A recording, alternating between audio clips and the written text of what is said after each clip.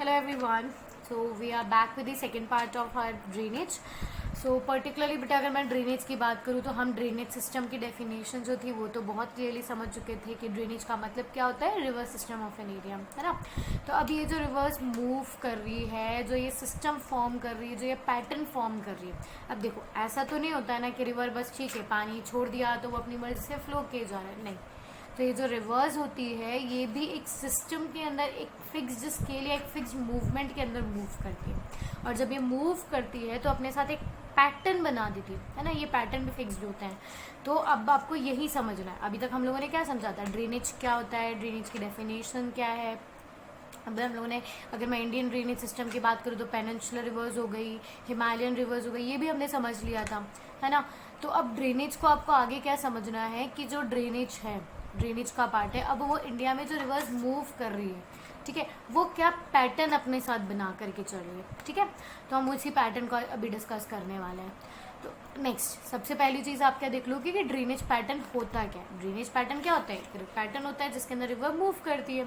Okay, अब next ये pattern जो होता है बेटा, ऐसा नहीं कि हाँ सडनली कोई भी रिवर मूव कर गई तो उसने अपना पैटर्न बना दिया, नहीं। ये भी कुछ फिक्स्ड होता है, इनका भी कुछ क्लासिफिकेशन होता है या कुछ रीजंस होता है जिसकी वजह से एक सर्टेन काइंड ऑफ पैटर्न जो है वो डेवलप होता है। ओके, तो ये क्या क्या फैक्टर्स डिपेंडेंस के होते हैं, ये देखो। स्लोप ऑफ लैंड, आपको भी पता है कि जो हमारी जो रिवर है वो जनरली क्या करती है, एलिवेटेड लैंड से लोअर स्लोप्स की तरफ मूव करती है। याद करो हम लोगों ने सेंट्रल हाईलैंड डेक्कन प्लेट्यूज पढ़े थे, तो वहाँ पे भी जो हायर हाइट थी वहाँ से जो रिवर्स अराइज हो रही थी वहाँ कहाँ मूव करी थी, ईस्टर्न डायरेक्शन में, बिकॉज ऑफ स्लोप। सेम चीज़ हम लोगों ने हिमालयन रिवर्स के बारे में पढ़ा है कि जो हिमालयन रिवर्स है वो हाइट से आती है, फिर वो नॉर्दर्न प्लेन्स को ड्रेन करती है ना, क्योंकि वहाँ पे लो सरफेस एरिया होता है, वहाँ प्लेन सरफेस आती है, वो इलेवेटेड लैंड से आई है।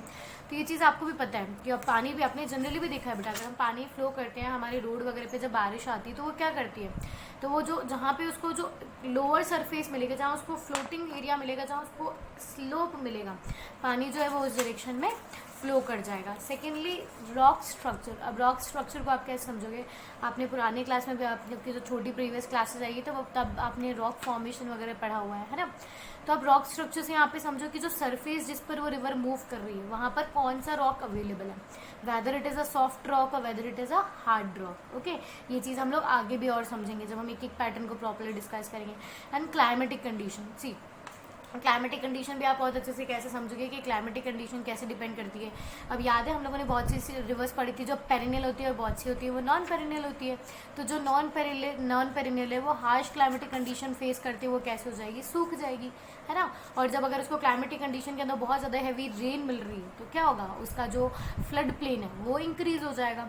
सो these are the particular patterns और these are the dependence estimates जिनके बेसिस पे एक सर्टेन अमाउंट या सर्टेन पैटर्न जो है रिवर का वो डेवलप होता है। ओके, तो आपको बेसिकली अभी तक क्या याद करना था कि ड्रेनेज पैटर्न होता क्या है। अगर आपसे केवल ड्रेनेज पैटर्न पूछ लिया जाए तो आपको ये बताना है कि it is a pattern in which a river moves and it is formed due to the slope of land और the rock structure and the climatic conditions of the area. Okay, ये तो आप बहुत अच्छे से समझा दोगे। अब बेटा हमारे पास जो ड्रेनेज पैटर्न्स है वो 4 पार्ट्स में क्लासिफाइड है। हमें 4 ड्रेनेज पैटर्न्स पढ़ने हैं, डेंट्रिक, ट्रेलीज, रेक्टेंगुलर एंड रेडियल। ओके, इनको अब एक को बहुत डिटेल में समझते जाते हैं।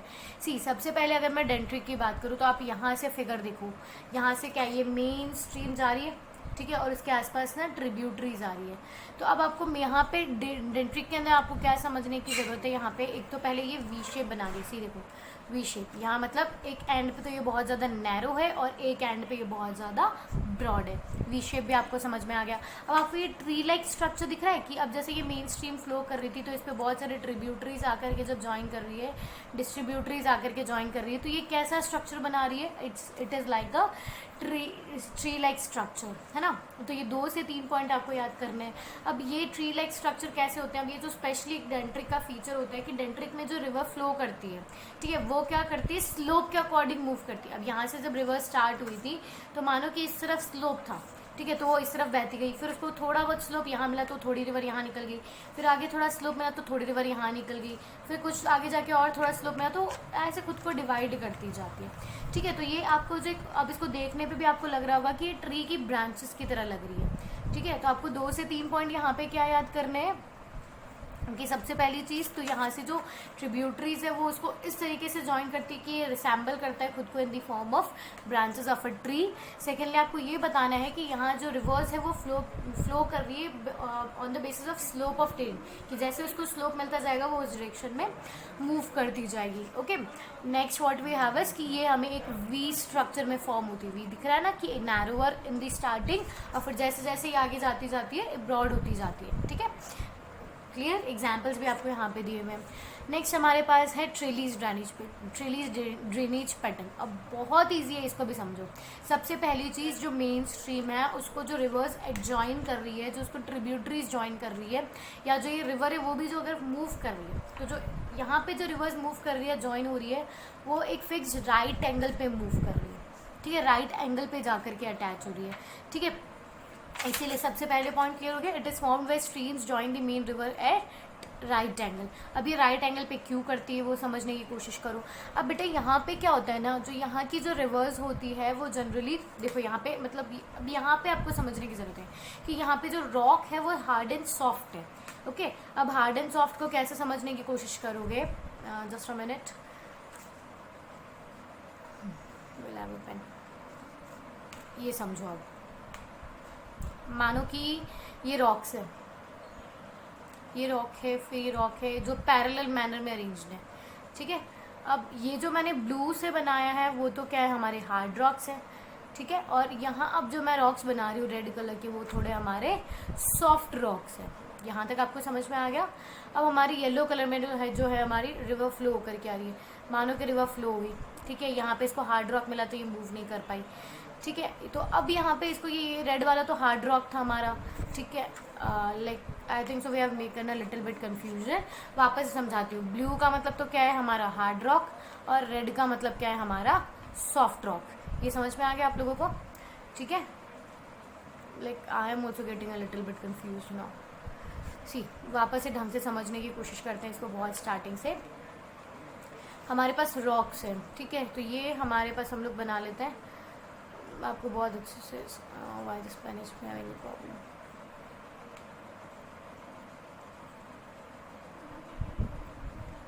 ये समझो, ठीक है। अभी मैं एक चीज़ बहुत तरीके से समझा दूंगी, पैनिक मत करो।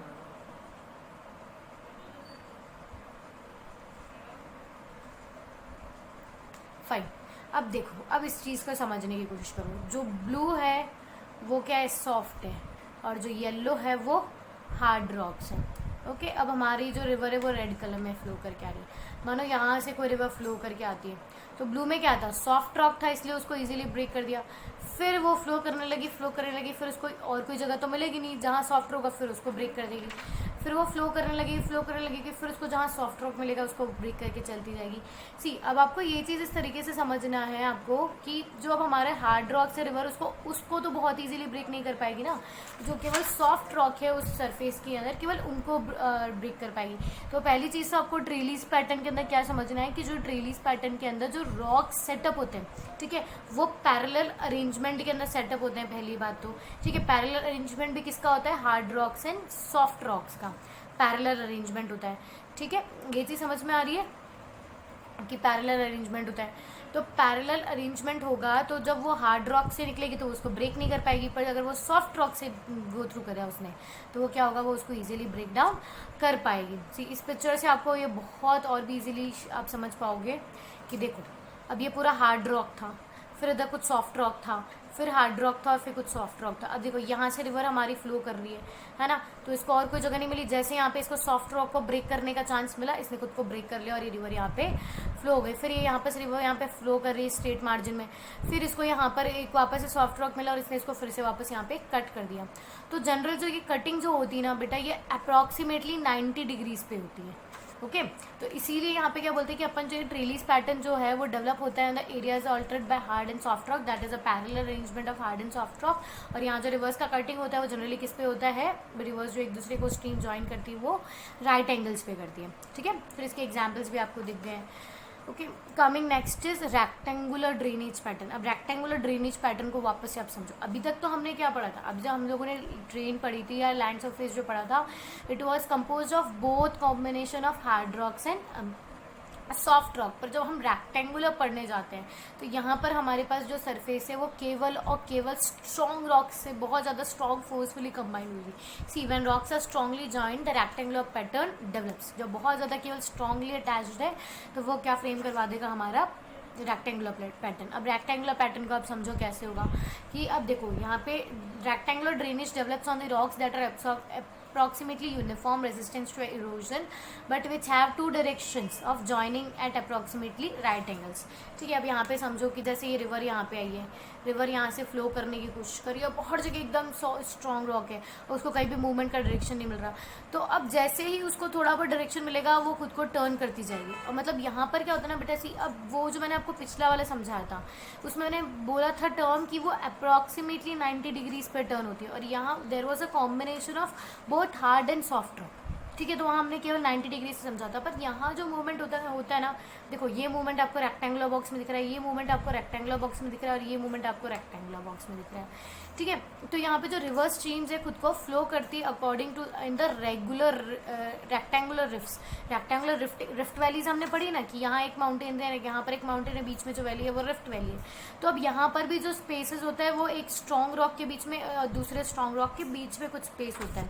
ओके, और जैसे जैसे वो क्रैक्स वगैरह होते हैं वाटर के अंदर जब मूव करता है तो वो एक रेक्टेंगुलर मैनर में मूव कर रहा है।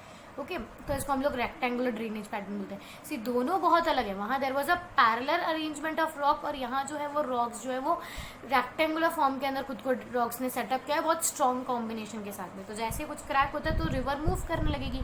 तो अब रेक्टेंगुलर अरेंजमेंट है तो जो रिवर है वो भी खुद को किस मूवमेंट में मूव करेगी, रेक्टेंगुलर मूवमेंट के अंदर मूव करेगी। पिछला तो क्या था, हार्ड एंड सॉफ्ट रॉक था, वहाँ पर एक फिक्स्ड शेप नहीं बना था, वहाँ बस जो टर्निंग थी ना केवल वो 90 डिग्रीज पे हो रही थी। ओके, आप इस पैटर्न से भी देखो बहुत अच्छे से समझने की कोशिश करो। तो यहाँ कोई पैटर्न नहीं दिख रहा है, यहाँ तो बस स्ट्रेट है, बस जहाँ सॉफ्ट रॉक मिला वहाँ वो 90 डिग्री पे टर्न कर गई। पर यहाँ जो है वो एक ब्लॉक मूवमेंट आपको दिखेगा, आया फिर रेक्टेंगल, मतलब थोड़ा ऐसे एकदम बिल्कुल ऐसे परफेक्ट रेक्टेंगल्स वगैरह फॉर्म करने की कोशिश करेगी। ओके, अब लास्ट वाला है हमारे पास रेडियल। अब रेडियल को समझो, बहुत ईजी है ये वाला भी। सी अब रेडियल के अंदर हम लोगों ने आपको पता है वाटर डिवाइड वगैरह पढ़े थे, है ना। अब आप यहाँ पे समझो कि यहाँ पे जो रिवर्स है वो सेंट्रल पीक से फ्लो कर रही है। अब देखो यहाँ पे भी दिख रहा है आपको, यहाँ पे सेंट्रल पीक दिख रही है ना। अब सेंट्रल पीक से यहाँ पे क्या कर रहा है, यहाँ देखो एक मूवमेंट हुआ, यहाँ एक मूवमेंट हुआ, यहाँ एक मूवमेंट हुआ, यहाँ एक मूवमेंट हुआ। अब इसको समझने की कोशिश करो, बहुत ईजी है। देखो अब माउंटेन हुआ, यहाँ ग्लेशियर्स हुए। अब ग्लेशियर है यहाँ पे, देखो मानो ये ग्लेशियर्स है, ठीक है। अब इस ग्लेशियर से क्या हुआ कि रिवर, जब ग्लेशियर पिघलेगा, पानी पिघलेगा तो ऊपर से कब वो नीचे जो टॉप सरफेस से वो एलिवेटेड लैंड जो है वो स्लोप की तरफ पानी मूव करेगा। ये चीज़ हम पहले ही पढ़ चुके हैं कि जो पानी है वो स्लोप के डायरेक्शन में मूव करता जाता है।